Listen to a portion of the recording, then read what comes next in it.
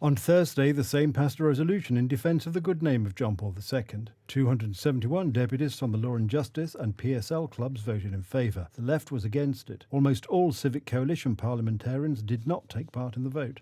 The Pope does not need to be protected by resolutions in the Sejm. Politicians are not there to legislate whether someone is a holy person or someone is an authority in our country.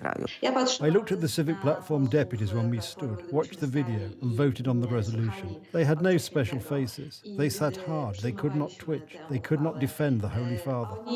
After the publication of the report on St. John Paul II, articles appeared casting doubt on the authority of the Polish Pope.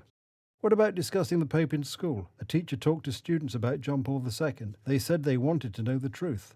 Dear all, slander, manipulation, secret police fakery is not the truth. And against the backdrop of the enormity of the outstanding and proven achievements of Karol Wojtyla, John Paul II, it is simply total disinformation. This is not allowed in school. John Paul II was the spiritual leader of the Polish nation. It is believed that the election of the Pole as Pope led to the fall of communism in Europe. Perhaps this is part of a hybrid strategy. The actions of TVN and parts of the media are simply irresponsible, as I said, damaging to the Polish raison d'etat. The TVN station belongs to the US media conglomerate Warner Brothers Discovery. Following the broadcast of the report by TVN24, United States Ambassador Mark Brzezinski was invited to the Foreign Ministry. The reportage has led to such consequences as hybrid actions carried out by the Russian Federation. This is no censorship, as some people say. There was no question of any censorship. It's just that by publishing this type of material, the authors should consider whether they are part of Russia's hybrid war. The conclusion to be drawn from the Franciscan III material is as follows. Karol Wojtyla, while serving as Metropolitan of Krakow, contributed to the cover-up of paedophilia cases in the church. The sources used in the material are mainly from documents of the Communist Security Service.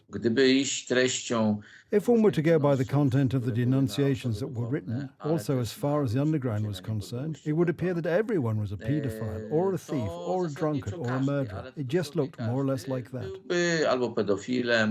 In addition, John Paul II tightened the Catholic Church's regulations on paedophilia crimes among priests during his pontificate. He blamed these crimes as the most serious in the Church, which had its consequences. The Times Weekly named him Man of the Year in 1994 for his fight against paedophilia.